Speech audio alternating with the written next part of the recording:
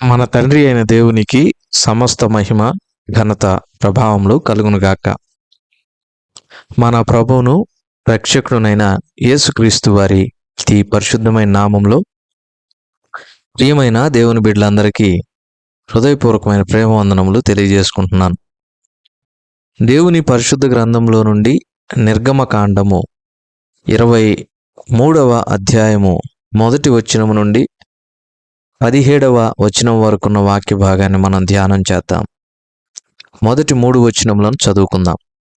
లేని వార్తను పుట్టింపకూడదు, అన్యాయపు సాక్ష్యమును పలుకుటకై దుష్టునితో నీవు కలియకూడదు, దుష్కార్యము జరిగించుటకై సమూహమును వెంబడించవద్దు, న్యాయమును త్రిప్పివేయుటకు సమూహముతో చేరి వ్యాజ్యములో సాక్ష్యం పలుకకూడదు. వ్యాజ్యమాడువాడు భేదవాడైనను వాని ఎడల పక్షపాతముగా నుండకూడదు. దేవుడు ఈ కొద్ది మాటలను మన కొరకు దీవించునుగాక. ప్రభునందు ప్రియమైన సహోదర సహోదరులారా, మనము ధర్మశాస్త్రములోని విధులను ధ్యానం చేస్తున్నాం. అందులో భాగంగా 23వ అధ్యాయంలో మొదటి 3 వచనాలను చదివినప్పుడు అబద్ధ సాక్ష్యమును పలకకూడదు, అబద్ధ సాక్ష్యమును పలకటానికి సమూహముతో చేతులు కలపకూడదు, తీర్పు సమయంలో భేదవాడు ఉన్నప్పటికీ పక్షపాతము ఉండకూడదు అనే విషయాన్ని చూస్తూ ఉన్నాం. నిర్గమకాండం 23వ అధ్యాయం మొదటి 3 వచనాల్లో ఈ అబద్ధ సాక్ష్యమును గూర్చి ధర్మశాస్త్రం హెచ్చరిస్తూ ఉంది. మొదటి మాటను చూచినప్పుడు లేని వార్తను పుట్టించకూడదు. ఇది చాలా శ్రేష్టమైనటువంటి మాట. ప్రభునందు ప్రియమైన వారలారా, ఒక చిన్న ఉదాహరణ. ఇది వ్యక్తిగత జీవితంలో జరిగింది. మేము ఇంజనీరింగ్ చదువుతున్నప్పుడు 3వ సంవత్సరంలో టీచర్ చెప్పినటువంటి పాఠం స్టూడెంట్స్కు ఎలా చేరుతుంది అనే దానికి ఉదాహరణగా మా సారు డెమాన్స్ట్రేషన్ ఇచ్చారు. 5 విద్యార్థులను పిలిపించారు. మొదటి విద్యార్థి చెవిలో 4 వాక్యాలు చెప్పారు. ఆ విద్యార్థి రెండో విద్యార్థికి 4లో 3 చెప్పాడు. రెండో విద్యార్థి మూడో విద్యార్థికి 3లో 2 చెప్పాడు. ఆ తర్వాత విద్యార్థికి 2లో 1 చెప్పాడు. ఎందుకంటే ప్రభునందు ప్రియమైన వారలారా, మనము చెప్పింది ఆ చెవిన ఈ చెవిన వారి నోట వీరి నోట పడి పూర్తి విషయం అనేది ఎప్పుడూ కూడా యథాతథంగా చేరదు. అలాగే అధ్యాపకుడు పాఠం చెప్పేటప్పుడు క్లాసులో 60 మంది ఉన్నారనుకోండి, 60 మంది ఆ పాఠాన్ని ఒకేలాగా అర్థం చేసుకోరు. అందుకే ఫస్ట్ ర్యాంకులు అందరికీ రావు. అలాగే మన జీవితాల్లో కూడా ఇలాంటి పరిస్థితి ఉంటుంది. దేవుని వాక్యము అందరితో ఒకేలాగా దేవుడు మాట్లాడినప్పటికీ దాన్ని ఎవరి విశ్వాస పరిమాణం చొప్పున వారు రిసీవ్ చేసుకుంటారు. ఎవరికి ఏ మాటలు అవసరమో ఆ మాటలు తీసుకుంటారు. కొంతమందికి దేవుడు వారితో ఈ మాట మాట్లాడుతున్నాడని తెలిసినా కూడా దాన్ని పెడచెవిన పెడతారు. కనుక లేని వార్తలు పుట్టుకొస్తున్నాయి. అబద్ధ సాక్ష్యాలు ఎక్కువైపోతూ ఉన్నాయి. వదంతులు ఎక్కువగా వ్యాపిస్తూ ఉన్నాయి. ప్రభునందు ప్రియమైన వారలారా, లేని వార్తలు చాలా ప్రమాదకరం. అబద్ధ సాక్ష్యం అనేది చాలా ప్రమాదకరం. ఒక విషయం మనం కన్నులారా చూచి నిర్ధారించుకున్న తర్వాత మాట్లాడితే శ్రేయస్కరం. మనం కన్నులారా చూచి నిర్ధారించకుండా ఒక వ్యక్తి మీద ఊరికినే మనం ఆరోపణ చేశామనుకోండి, మనం దేవుని ఎదుట తీర్పులో నిలబడాల్సి వస్తుంది.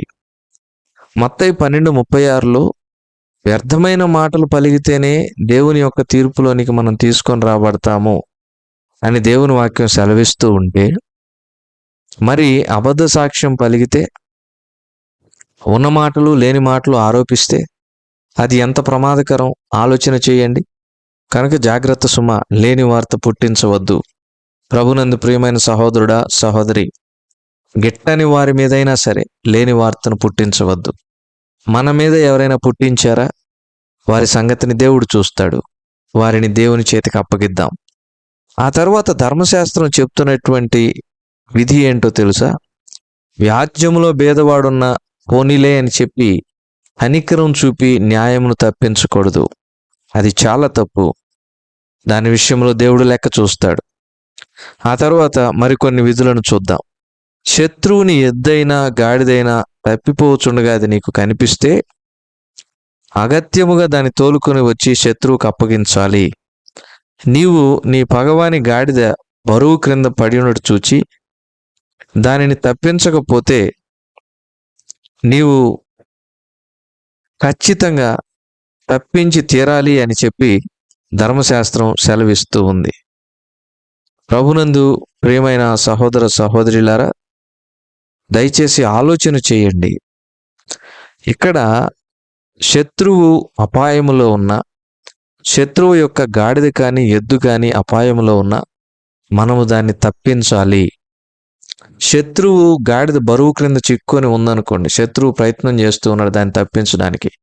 మనసులో ఒకవేళ నాకెందుకు వచ్చింది, వాడు నా పగవాడు, నన్నెంతో ద్వేషించాడు, నన్నెంతో బాధ పెట్టాడు కనుక నేను వానికి ఎందుకు సహాయం చేయాలి అనే ఆలోచన వచ్చినా వెళ్ళి అగత్యముగా ఆ బరువు క్రింద ఉన్న గాడిదను తప్పించాలని ధర్మశాస్త్రం చెప్తూ ఉంది.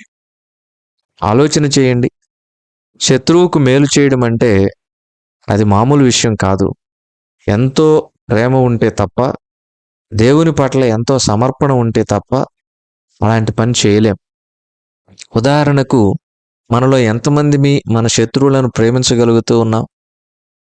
మనలను బాధించేటటువంటి వారి కొరకు క్షమాగుణం కలిగి ప్రార్థన చేయగలుగుతూ ఉన్నాం? మనలను ద్వేషించే వారిని బట్టి వారిని ప్రతిద్వేషించకుండా, వారికి ప్రతికీడు చేయకుండా ఓర్పుతో సహనంతో ప్రభు కొరకు కనిపెట్టగలుగుతూ ఉన్నాం. క్రీస్తు యేసునకు కలిగిన ఈ మనస్సు మీరునూ కలిగి ఉండుడని ఫిలిప్పీ 2:5 దేవుని వాక్యం చెప్తూ ఉంది. క్రీస్తు యేసునకు కలిగిన ఈ మనస్సు అంటే ఆయన మనస్సు ఎలాంటిదో మనకు తెలుసు కదా. ఆయన సిలువ వేసిన వారిని ఉద్దేశించే ఆయన, తండ్రి వీరేం చేయుచున్నారో వీరు ఎరుగరు గనక వీరిని క్షమించుడి అని చెప్తూ ఉన్నారు. మరి అలాంటి మనస్సు మనం కలిగి ఉండాలని వాక్యం చెప్తున్నప్పుడు, ధర్మశాస్త్రం కూడా చెబుతూ ఉన్నప్పుడు మనం అలాంటి మనస్సు కలిగి ఉండాలి కదా. శత్రువులను కూడా క్షమించే గుణం మనం కలిగి ఉండాలి. ఆ తర్వాత విధులను మనం చూచినప్పుడు, దరిద్రుని వ్యాజ్యంలో న్యాయం విడిచి తీర్పు తీర్చకూడదు, అబద్ధమునకు దూరముగా ఉండాలి, నిరపరాధిని నీతిమంతులను చంపకూడదు, దుష్టుని దేవుడు నిర్దోషిగా ఎంచడు, లంచం పుచ్చుకోకూడదు. లంచము ఏం చేస్తుందంటే గుడ్డితనం కలుగు చేస్తుంది. నీతిమంతుల మాట అపార్థము చేయించే శక్తి లంచానికి ఉంటూ ఉంది. పరదేశులను బాధించకూడదని ధర్మశాస్త్రం చెప్తూ ఉంది. నిజమే ప్రభునందు ప్రియమైన వారలారా, తీర్పు సమయంలో లంచం పుచ్చుకోకూడదు. అది వాక్య విరుద్ధం, దైవ విరుద్ధం. పరదేశులను బాధించకూడదు. పరదేశులు అనగా ఇప్పుడు మన కుటుంబంలోనికి వివాహం చేసుకొని కొంతమంది వ్యక్తులు వచ్చారనుకోవచ్చు, కోడళ్ళ రూపంలో, అల్లుళ్ళ రూపంలో. కనుక వాళ్ళు మన ఇంటికి కొత్తగా అడుగుపెట్టిన వారే, వారు కూడా పరదేశుల క్రిందే లెక్క. మన సంఘానికి కొత్తగా వచ్చేటటువంటి వారు కావచ్చు, మన పట్టణానికి కొత్తగా వచ్చేవారు కావచ్చు, మనం పనిచేస్తున్న కార్యాలయానికి కొత్తగా వచ్చేవారు కాదు. అలాంటి వారిని మనం ఇబ్బంది పెట్టకూడదు. కొంతమంది కొత్త వారు వచ్చారనుకోండి, వారి మీద అసూయ పడతారు, వారిని ద్వేషిస్తారు, వారిని ఇష్టపడరు, వారితో కలిసి పనిచేయడానికి ఇష్టపడరు, వాళ్ళను చేర్చుకోవడానికి ఇష్టపడరు, వాళ్ళని స్వాగతించరు. ఇది చాలా పొరపాటు. ఇలాంటి మనసు మనలో ఉండకూడదని దేవుని వాక్యం సెలవిస్తూ ఉంది. ఆ తర్వాత ప్రభునందు ప్రియమైన సహోదర సహోదరులారా, 6 సంవత్సరాలు పంట వేసి విత్తినప్పుడు 7వ సంవత్సరం ఆ భూమిని విడిచిపెట్టేయాలి. 7వ సంవత్సరం ఆ భూమి మీద ఎలాంటి మరి పంట కానీ ఇంకొకటి కానీ వేసినప్పుడు అది బీదలకు విడిచిపెట్టాలి. ఎందుకంటే 6 సంవత్సరాలు పంట కూర్చుకోవచ్చు, 7వ సంవత్సరాన్ని ఆ పంటను మాత్రం బీదలకు విడిచిపెట్టాలి. ప్రభునందు ప్రియమైన సహోదర సహోదరులారా, ఆ బీదలు తినిన తర్వాత మృగాలు తినవచ్చు. అంతేకాని మరి బీదలు తినకుండా 7వ సంవత్సరం కూడా పంట వేయడం అనేది వాక్య విరుద్ధం, ధర్మశాస్త్ర విరుద్ధం. బీదలకు దేవుడు మరి ఎంతో ప్రాధాన్యతనిస్తున్నట్లుగా మనం చూడగలం. బేదలను ప్రభు అమితంగా ప్రేమిస్తాడు. ఆయన బేదల మధ్యకే దిగి వచ్చాడు. బేదలకు సువార్త ప్రకటించాలి అని ఆయనను గూర్చినటువంటి ప్రవచనమును ప్రభు నెరవేర్చాడు. బేదలనగా ఎవరు? 2 రకాలు: లోక సంబంధమైన బేదలు, ఆత్మ సంబంధమైన బేదలు. లోక సంబంధమైన బేదలు తినటానికి తిండి లేకపోయినా, ఉండటానికి మంచి ఇల్లు లేకపోయినా ప్రభువుని కలిగి ఉంటే పరలోక రాజ్యంలో వారు ధన్యులుగా ఎంచబడతారు. మరి ఆత్మ సంబంధమైన బేదలు ప్రభువుని కలిగి ఉండనటువంటి వారు, ఆయన సొంత రక్షకునిగా అంగీకరించిన వారు. ప్రభువు లేకుండా ఎంత ధనం కలిగినా ఈ లోకంలో దరిద్రుడవే. ప్రభునందు ప్రియమైన సహోదరుడా సహోదరి, గమనించి మాట. ధనవంతుడు లాజరు ఇందుకు ఉదాహరణ కదా. ధనవంతుడు చాలా ధనం కలిగి ఉన్నాడు, కానీ ప్రభు లేడు. నరకంలో తన జీవితం ముగించాడు. లాజరు దరిద్రుడు, అతని పేరు పరిశుద్ధ గ్రంథంలో రాయబడింది, కానీ ధనవంతుడి పేరు రాయబడలే. లాజరు కురూపిగా ఉన్నాడు, లాజరు దరిద్రుడిగా ఉన్నాడు, కానీ కన్ను మూసిన తర్వాత పరలోకంలో ఉన్నాడు.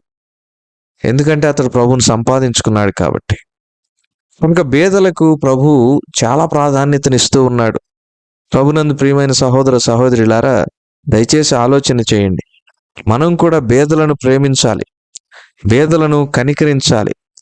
దేవుని పరిశుద్ధ గ్రంథంలో, సామెతల గ్రంథంలో ఒక శ్రేష్టమైనటువంటి మాట రాయబడి ఉంటుంది. అదేంటంటే 17వ అధ్యాయం 5వ వచనం చదివితే, బేదలను వెక్కిరించువాడు వారి సృష్టికర్తను నిందించువాడు అనే మాటను చూస్తున్నాం. బేదలను ఎవరైనా వెక్కిరిస్తే దేవునిని వెక్కిరించినట్లే. అంత మాత్రమే కాదు, బేదలను కనికరించువాడు యెహోవాకు అప్పిచ్చువాడని దేవుని యొక్క వాక్యము సెలవిస్తూ ఉంది. ఇదే సామెతల గ్రంథంలో ఆ మాటను మనం చూస్తాం. బేదలను కనికరిస్తే మనం దేవునికి అప్పించినట్లే. మనుషులకు అప్పిస్తే దాన్ని తిరిగి ఇవ్వరేమో, కానీ దేవునికి గనక అప్పిస్తే దానిని ఖచ్చితంగా ఆయన తిరిగి మనకు 10 ఎక్కువగా ఇస్తాడు. వెదజల్లి అభివృద్ధి పొందిన వారు కలరని దేవుని వాక్యం సెలవిస్తూ ఉంది. తగిన దానికన్నా తక్కువగా ఇచ్చి లేమికి వచ్చువారు కలరని కూడా దేవుని వాక్యం సెలవిస్తూ ఉంది. కనుక ప్రభునందు ప్రియమైన వారులారా, బేదలను ఆదరించడం, బేదలను పోషించడం, బేదలకు సహాయం చేయడం అనేది మంచి లక్షణము. అది మనం కలిగి ఉండాలని ధర్మశాస్త్రం హెచ్చరిస్తూ ఉంది. ఆ తర్వాత మనం చూసినప్పుడు సంవత్సరానికి 3 సార్లు పండగ ఆచరించాలి. ఈ విధిలో ఎలాంటి మార్పు ఉండకూడదు. నియామక కాలముల యందు పండుగను ఆచరించాలి. ప్రభునందు ప్రియమైన సహోదర సహోదరులారా, పండుగను ఆచరించడం అంటే ఇక్కడ ఆచారపరంగా వచ్చేటటువంటి పండుగలను ఆచరించడం కాదు. క్రిస్మస్, గుడ్ ఫ్రైడేనో, ఈస్టర్నో క్రమం తప్పకుండా ఆచరించమని కాదు. దేవుడు మనకు అనుగ్రహించినటువంటి నియామక కాలములు ఏంటంటే, మందిరములో జరిగేటటువంటి ఉత్సవాలు, కూడికలు, ఉజ్జీవ సభలు, నియామక కూటాలు, వాక్య కూటాలు, వాక్య పఠన కూడికలు, విజ్ఞాపన ప్రార్థనలు, ఇవన్నీ కూడా మనకు పండుగలే.